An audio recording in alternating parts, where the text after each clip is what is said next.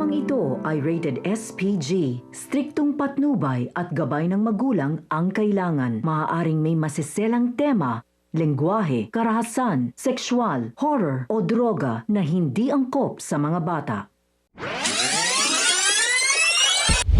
Isang mapagpalang araw mga kapamilya and welcome back. Narito ang mga dapat nating abangan sa FPJ's Batang Quiapo. Pero bago ang lahat, kung bago ka pa lamang sa akin channel ay baka naman pwedeng makahingi ng isang like, share at subscribe. Sa pag-uwi ni Aling Mirna habang tahimik ang paligid ay bigla siyang mapapasigaw sa pagsulpot ng isang lalaking lumitaw mula sa kanyang likuran.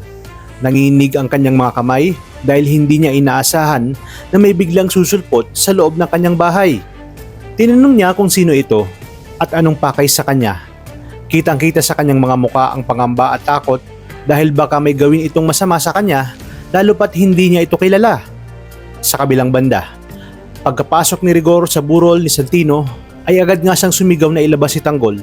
Tumaas ang tensyon sa buong paligid at hindi siya umabot sa kabaong dahil sinalubong agad siya ni Marites na galit at handang manakit. Sa di kalaunan ay hindi nakapagpigil dahil sa emosyong kanyang nararamdaman. Sunod-sunod niya itong sinampal at sinabi na walang karapatan si Rigor na magpakita pa roon dahil wala itong respeto, kaya pati sa lamay ng kanyang anak ay nagawa pa nitong manggulo.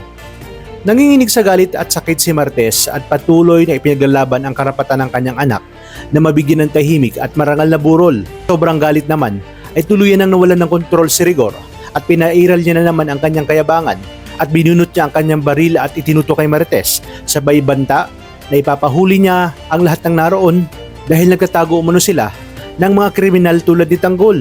Hindi naman nagpasindak si Tinding at hinarap si Rigor at sinabi na kung may lakas ang loob siya ay iputok na nga niya ang baril. Ayon kay Tinding, wala na siyang kinatatakutan pa. Sa loob ng lamay ay ramdam ang tensyon at handa silang ipagtanggol ang isa't isa at ipagtanggol ang tama kahit na mauwi ito sa mas malaking gulo pa. Sa mga magkakahiwalay na lugar ngunit isang pinapakipaglaban ay unti-unting nagtatagpo ang mga galit, takot at determinasyon ng bawat panig. Habang sina Miguelito, Jackie at Roberto ay kumakapit sa kapangyarihan ng pera upang ipagpatuloy ang digmaan labang kay Tanggol.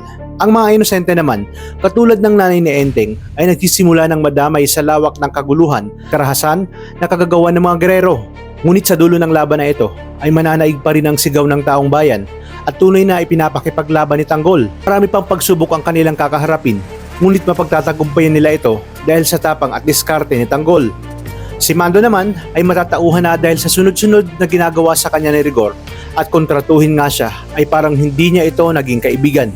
Ipinangako niya sa kanyang sarili na simula ngayon ay ituturing niya ng kaaway si Rigor at palihim niya ngang tutulungan sina Tanggol dahil hindi na nga siya magbubulag-bulagan pa sa totoong nangyayari.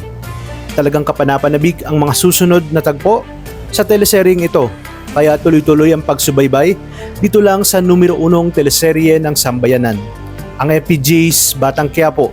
Maraming salamat sa inyong panonood at pagpalain tayong lahat, kapamilya.